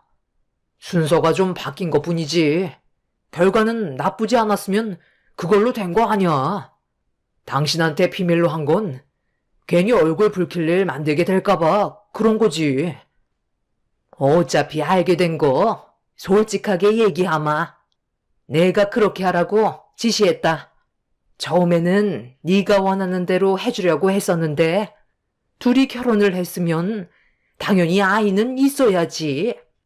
그래야 같이 살아가는데 목적이 생기는 거다. 내 말 들어서 지금 너도 행복해하고 있잖아. 남들은 아이를 못 가져서 힘들어하는데 너는 한 번에 임신했으면 그것도 축복인 거야. 어차피 전부 다 밝혀지긴 했지만 지나간 과거고 너도 현실을 받아들이면서 살고 있으니까 이걸로 괜히 문제 일으키지 말고 둘째 계획이나 세우도록 하자. 하나만 낳으면 후회한다니까. 이왕 키우기 시작한 거 연년생으로 하나만 더 낳아라. 그럼 내가 더 이상 바라는 게 없다. 지나간 일이니까 현실을 받아들이라고요? 어떻게 그런 말을 아무렇지도 않게 하실 수 있으시죠? 제가 얼마나 많은 걸 잃어버렸는지 아세요? 의도적으로 이런 일을 계획했다는 게 저에게는 너무 충격적이네요. 내 의견은 조금도 존중해주지 않고 오로지 어머님 생각으로 밀어붙인 행동들 때문에 화가 나는 거예요. 당신은 나랑 앞으로 함께 살아가야 될 인생의 배우자 아냐? 그런데 이런 일들을 지금까지 숨기고 있었어? 나를 보면서 미안하다는 감정이 조금도 느껴지지 않았던 거야? 내 인생이 정말 바뀌어 버렸는데 아이를 가져서 행복하다고? 어차피 과거로 돌아갈 수 없으니까 현실을 받아들인 것 뿐이라고. 내가 당신 마음 모를 것 같아? 충분히 잘 알고 있으니까 나도 잘하려고 정말 많이 노력했었던 거라고. 그런데 이런 계획을 꾸몄다는 걸 당신이 알면 당연히 힘들어할 거라는 걸 알기 때문에 나도 말을 할 수 없었던 거야. 굳이 얘기 안 해도 지금 잘 살고 있잖아. 화가 나고 서운한 건 알겠는데 내가 오죽했으면 이렇게까지 했겠어? 시모와 남편이 나눈 대화에 너무 큰 충격을 받아버린 저는 더 이상 아무 말도 할 수가 없었어요. 저를 임신시키기 위해 계획했던 일들을 생각하니 너무 소름이 돋았고 내 의견을 존중해주지 않았던 그 사람들의 얼굴을 보고 싶지가 않았습니다. 정신적 충격이 너무 컸던 상태라 더는 시댁에 있을 수 없어 방으로 돌아가 아이 기저귀를 갈아준 뒤 택시를 불러 집으로 향했어요. 뒤따라온 남편은 저와 대화하기를 원했지만 아무 말도 하고 싶지가 않았습니다. 그날 이후 저와 시모의 사이에 안 좋은 감정의 골이 만들어지게 되었고 시모의 뜻대로 제가 움직이려 하지 않자 모든 걸 통제하면서 심각한 분위기를 만들었습니다. 너 지금 나랑 뭐 하자는 거니? 집에도 오지 않고 내 전화는 아예 받지 않고 있는데 인연이라도 끊겠다는 거야? 직접 찾아와야 얼굴을 보여주는 거니? 너 의견을 듣지 않고 내가 하고 싶은 대로 계획해서 일을 꾸몄다는 거에 지금 기분이 상했겠지만 그렇게 하지 않았다면 너 품 안에 안겨있는 채유리가 존재했겠어? 그래서 무슨 말을 하고 싶으신 건데요? 어머님 덕분에 채유리가 제품에 들어오긴 했지만 그만큼 저도 많은 걸 잃게 되었다고요. 사람마다 생각하는 게 다르고 자신의 계획한 삶을 살기 위해 많은 노력과 시간을 쏟아 부어요. 제가 그이랑 결혼하려고 교수가 된 건 아니잖아요? 그만큼 하고 싶은 것들이 있었기 때문에 지금까지 앞만 보고 달려왔던 거예요. 그래서 결혼 전에도 충분히 설명을 드렸던 거고요. 그때 어머님이 뭐라고 하셨어요? 저와 그이만 행복하면 바라는 게 없다고 하셔놓고 결과적으로 어머님은 손주를 원하셨잖아요. 제가 강하게 나오니까 그이한테 시켜서 저를 임신하게 만든 거고요. 그때까지만 해도 저는 몰랐어요. 단순 제품 불량으로 인해 임신이 된 건 줄 알았지. 일부러 임신을 시키려고 조작해서 아이를 가지게끔 계획했을 거라곤 상상조차 못했었다고요. 지금 제유리를 가진 거에 대해 후회를 하는 것보단 어머님과 그이가 저를 존중해주지 않고 그런 계획을 세우셨는데 둘째도 그런 식으로 똑같이 행동하시려 했다는 게 너무 큰 충격으로 다가온 상태라고요. 제가 왜 어머님을 멀리 하는 줄 알아요? 나중에 저에게 또 다른 피해가 올까봐 그게 두려워서 어머님 얼굴을 안 보려는 거예요. 지금 그이와도 대화조차 하지 않고 있어요. 결국 집안 분위기를 심각하게 만든 건 어머님 때문이라는 거 아시죠? 저는 할 말 없으니까 그만 돌아가 주셨으면 좋겠어요. 이제 재율이 낮잠 잘 시간이라 재워야 하거든요. 다음부터는 이런 식으로 찾아오시면 문도 열어드리지 않을 거예요. 너 지금 말 다 했니? 어디서 시애미한테 말 대꾸 또박또박 하면서 대들어? 교수면 그런 식으로 행동해도 된다는 거야? 돈도 쥐뿔도 못 버는 게? 우리 집안 며느리로 들어왔으면 감사하게 생각해야지. 네가 감히 나를 무시해? 내 아들 집에 들어오겠다는 건데 문을 열어주지 않겠다고? 이렇게 나온다 이거지? 시모는 갑자기 주위를 두리번 거리시더니 테이블에 올려져 있던 남편 카드 내역서를 집어들어 펼쳐 보셨어요. 한참 동안 뚫어지게 카드 내역서를 쳐다보신 시모는 저에게 결제 내역에 대해 하나하나 캐묻기 시작했어요. 왜 사용했는지 물어보시는데 정말 어이가 없었습니다. 제가 허튼 곳에 돈을 사용한 게 있기라도 할까봐 계속해서 물어보셨고 왜 지출을 했는지에 대해 충분히 설명을 드렸어요. 제가 막힘없이 얘기하자 시모는 당황한 눈빛으로 저를 바라보시더니 지압봉 3,000원은 뭐냐고 물어보시는 말에 진정에 잠깐 들렸었는데 저희 엄마가 어깨가 많이 불편하신 것 같아 하나 사드렸다고 설명을 드렸습니다. 그런데 그 순간 카드 청구서를 돌돌 마시더니 돈도 못 버는 게 씀씀이만 해프다고 자기 아들이 밖에서 힘들게 벌은 돈으로 저희 엄마 지압봉을 사줬다고 청구서로 제 뺨을 올려 치셨어요. 시모의 순간적인 행동에 그대로 당해버린 저는 너무 놀라 멍하니 바라보고 있었는데 엄한 곳에 3,000원을 지출했으니 2대 더 올려야 한다면서 제 양뺨을 또다시 청구서로 올려 치셨습니다. 저희 엄마 지압봉 하나 사줬다고 왜 뺨을 3대나 허용해야 하는 건지 전혀 이유를 몰라 분노한 표정으로 저도 청구서를 빼앗아 똑같이 3대를 대갚아주자 넋나간 듯 휘청거리다 다시 제 뺨을 올려 치시려 하길래 시모를 강하게 밀어 버렸습니다.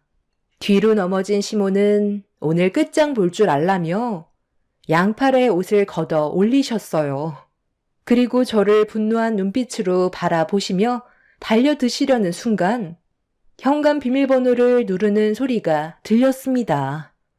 그리고 현관문을 열며 들어온 사람은 저희 엄마였고 시모가 저를 대하는 모습을 두 눈으로 보게 되신 엄마는 양손에 들고 있던 짐을 떨어뜨린 뒤 시모에게 달려들었고 순식간에 집안 싸움으로 번지고 말았습니다.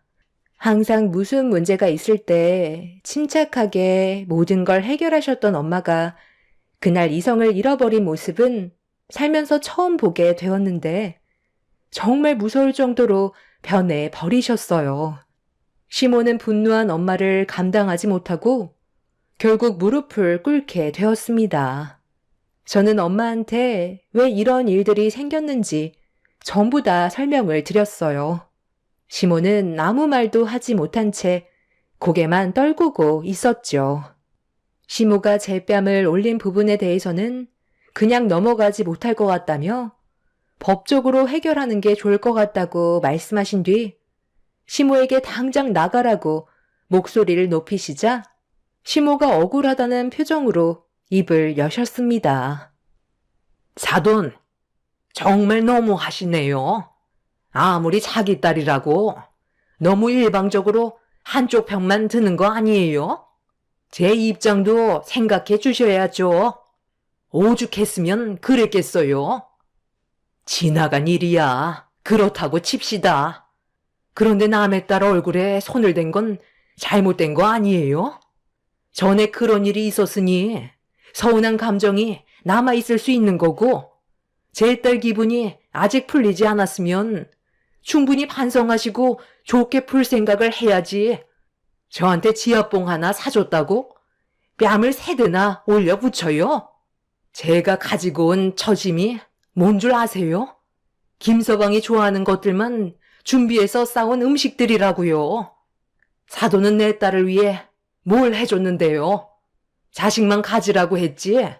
막상 손자가 태어났는데도 별로 신경 쓰지 않고 있잖아요.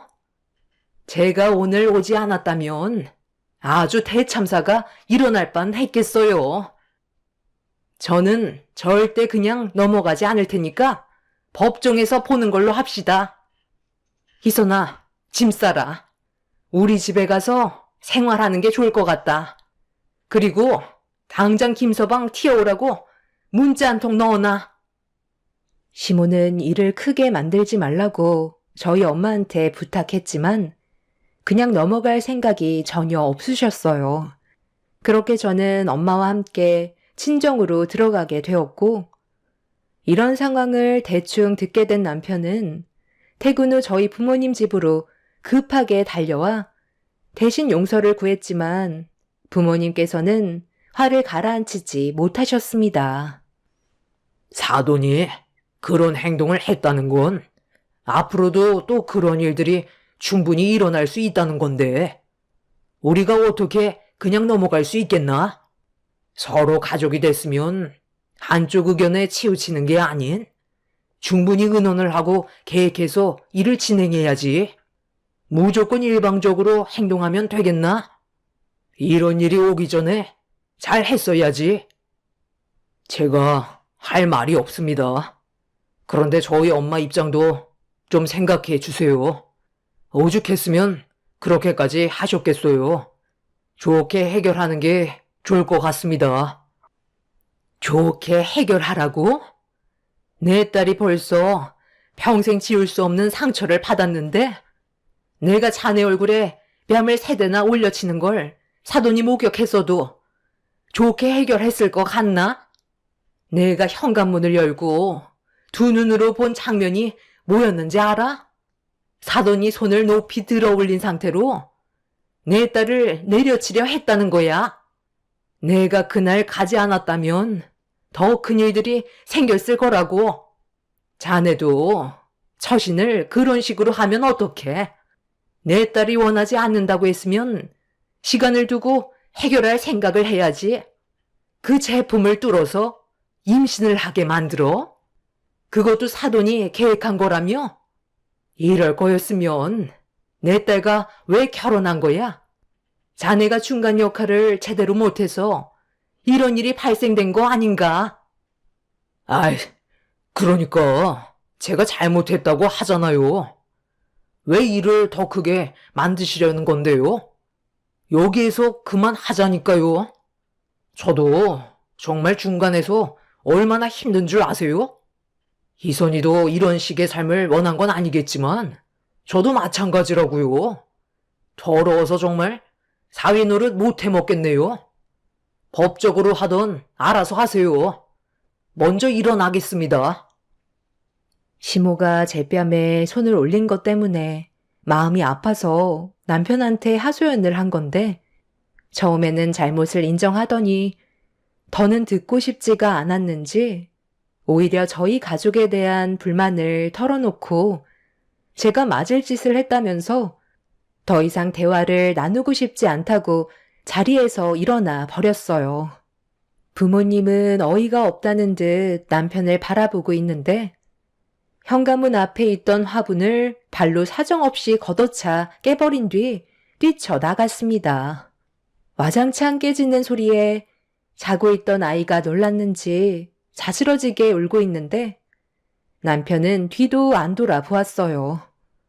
그날 이후 앞으로 남편과 함께하는 미래는 보이지가 않아 앞으로 어떻게 해야 될지 고민을 하고 있었는데 남편이 먼저 이혼하자는 말을 꺼냈고 용서를 구해도 모자란 심각한 상황에 오히려 이혼하자는 말을 한 남편이 저도 더 이상 함께하고 싶지 않아 저희는 갈라서게 되었습니다. 그렇게 법적으로 남이 되어버린 이후 저는 부모님의 도움을 받으면서 아이를 키우면서 강사로 일하다가 모 대학교 교원 채용 공고에 지원을 했어요. 다행히 제가 원하는 대학교에서 저를 초빙했고 저는 고민도 하지 않고 들어가게 되었습니다. 제 삶에 그 사람들이 없는 게 제 인생에 훨씬 더 많은 도움이 되었고 잘 풀리지 않았던 일들도 자연스럽게 해결이 되고 있었죠. 시모는 아이를 키우는 데만 전념하라고 저를 통제하면서 제가 원하는 걸 하지 못하게 만들었지만 남편과 이혼을 하게 되면서 제 삶이 자유로워지자 모든 일들이 훨씬 더 순조롭게 해결이 되었어요. 그렇게 부모님의 도움을 받아 아이를 키우면서 교수 생활을 병행하다 보니 순식간에 지나간 시간은 어느새 2년이 흘러버렸고 안정적인 삶을 살고 있었습니다. 그런데 얼마 전에 남편과 시모가 저희 집에 찾아왔어요. 서로 잊고 살아온 시간이 꽤 지난 상태였지만 얼굴을 마주할 수 있는 사이는 아니었죠.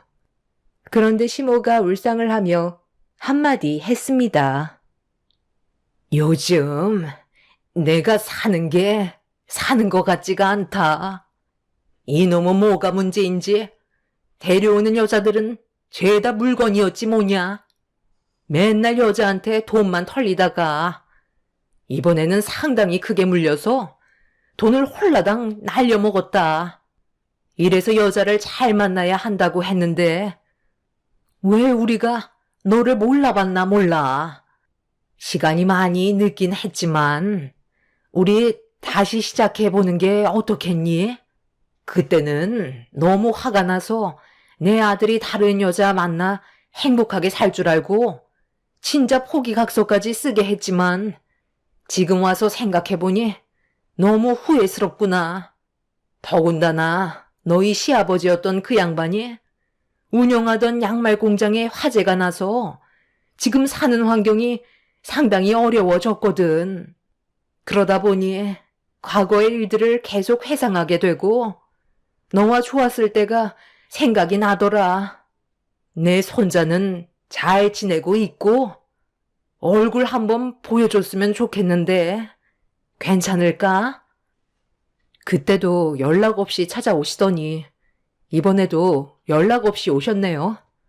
저는 할 말이 없어요. 제 삶을 더 이상 방해받고 싶지 않고 또다시 과거로 돌아가고 싶지 않아요. 내가 그때 너무 생각이 없었다. 지하봉 살 수도 있는 건데 괜히 꼬투리 잡아서 너한테 화풀이한 내가 멍청했던 거야. 한 번만 용서해주면 안 되겠니? 그렇게는 안 될 것 같아요. 저희는 벌써 못 볼 걸 다 본 사이라 다시 시작할 수 있는 사이는 아니거든요. 제 아들은 잘 크고 있으니 신경 쓰지 마세요. 저기 희선아. 그럼 예정을 생각해서라도 돈 좀 빌려주면 안 될까? 지금 현재 제일 급한 게 돈이거든. 많이 없으면 1,000만 원 정도라도 빌려주면 좋겠는데. 너희 집안이면 그 정도 돈은 충분히 있잖아. 우리 아빠가 공장 부도나고 나도 지금 만나던 여자한테 물려서 돈 다 털리고 지금 길에 앉을 판이야. 오죽했으면 찾아왔겠어. 아, 기사님, 이쪽으로 오시면 돼요. 설치는 거실에 부탁드릴게요. 들어가시면 저희 엄마가 알려주실 거예요. 3천만 원이나 되는 안마 의자니까 조심해서 다뤄주세요. 뭐? 저 안마 의자가 3,000만 원이나 한다고? 아니, 무슨 안마 의자를 3,000만 원이나 주고 산대? 너 돈이 꽤 많나 본데. 우리 좀 도와줄 수 없는 거니? 제가 그때 지하봉 3천 원짜리 사드린 게 너무 마음이 아팠거든요. 그래서 이번에 거금 들여서 저희 부모님 해외에서 제일 인기 많은 제품으로 하나 장만해 드렸어요. 이제 볼일 끝나셨으면 그만 돌아가 주시죠. 당신 집안이 망한 걸 왜 여기 와서 나한테 구걸하는 건데? 우리 서로 남남 아냐? 시모는 3천만 원짜리 안마 의자 살 돈은 있으면서 1,000만 원도 빌려줄 수 없냐고 날뛰기 시작했어요. 저는 더 이상 듣고 싶지 않아 문을 닫아 버리려 하자 남편이 문틈으로 손을 집어 넣었습니다. 돈을 빌려주지 않으면 절대 돌아가지 않겠다고 고집부리면서 들어오려 하길래 제가 주거 침입죄로 신고하겠다고 하자 남편은 자기 자식 보려고 온 건데 왜 막냐면서 돈을 주지 않으면 절대로 가지 않겠다는 어이없는 말을 늘어놓았습니다. 문 앞에서 한바탕 난리 나자 거실로 나오신 엄마가 시모와 남편이 무작정 들어오려고 하는 모습에 화들짝 놀라시더니 주방에서 다듬던 팔을 가지고 나오셔서 남편과 시모에게 사정없이 휘두르셨어요. 엄마는 시모와 남편을 향해 대파로 양뺨을 올려치셨고 제가 경찰에 신고를 하겠다며 핸드폰을 들자 남편과 시모는 나중에 다시 찾아오겠다며 도망을 쳤습니다. 저희는 경찰에게 이런 상황을 알린 뒤 앞으로 있게 될 일들에 대해 사전 차단을 했어요. 남편은 아이를 데리고 가기 전에 돈을 빌려줘야 한다고 억지를 부리고 있습니다. 경찰분들의 도움을 받고 있기는 하지만 괜히 또 문제가 커질까봐 불안한 상황을 겪고 있는 중이네요. 그 사람들 때문에 이사까지 가야 한다는 게 답답할 뿐입니다. 2년 뒤에 찾아와선 저와 다시 시작하던지 아니면 돈을 빌려달라는 억지를 부린 그 사람들을 직접적으로 처벌할 수 있는 방법이 없을까요? 요즘 뉴스를 보니까 접근 금지 신청을 해도 소용이 없던데 저희가 부득이하게 피해를 보게 되는 상황이 생길까봐 제대로 된 생활을 하지 못하고 있는 중이라 많이 답답한 상황입니다. 그 사람들이 무너진 삶을 보면 제 속이 후련하지만 이렇게 또다시 제 삶에 관여할지 전혀 몰랐어요. 여러분들의 좋은 의견 있으시다면 도움을 받고 싶어서 사연을 신청하게 되었습니다. 바쁘신 일상에서도 제 사연을 끝까지 들어주셔서 진심으로 감사합니다.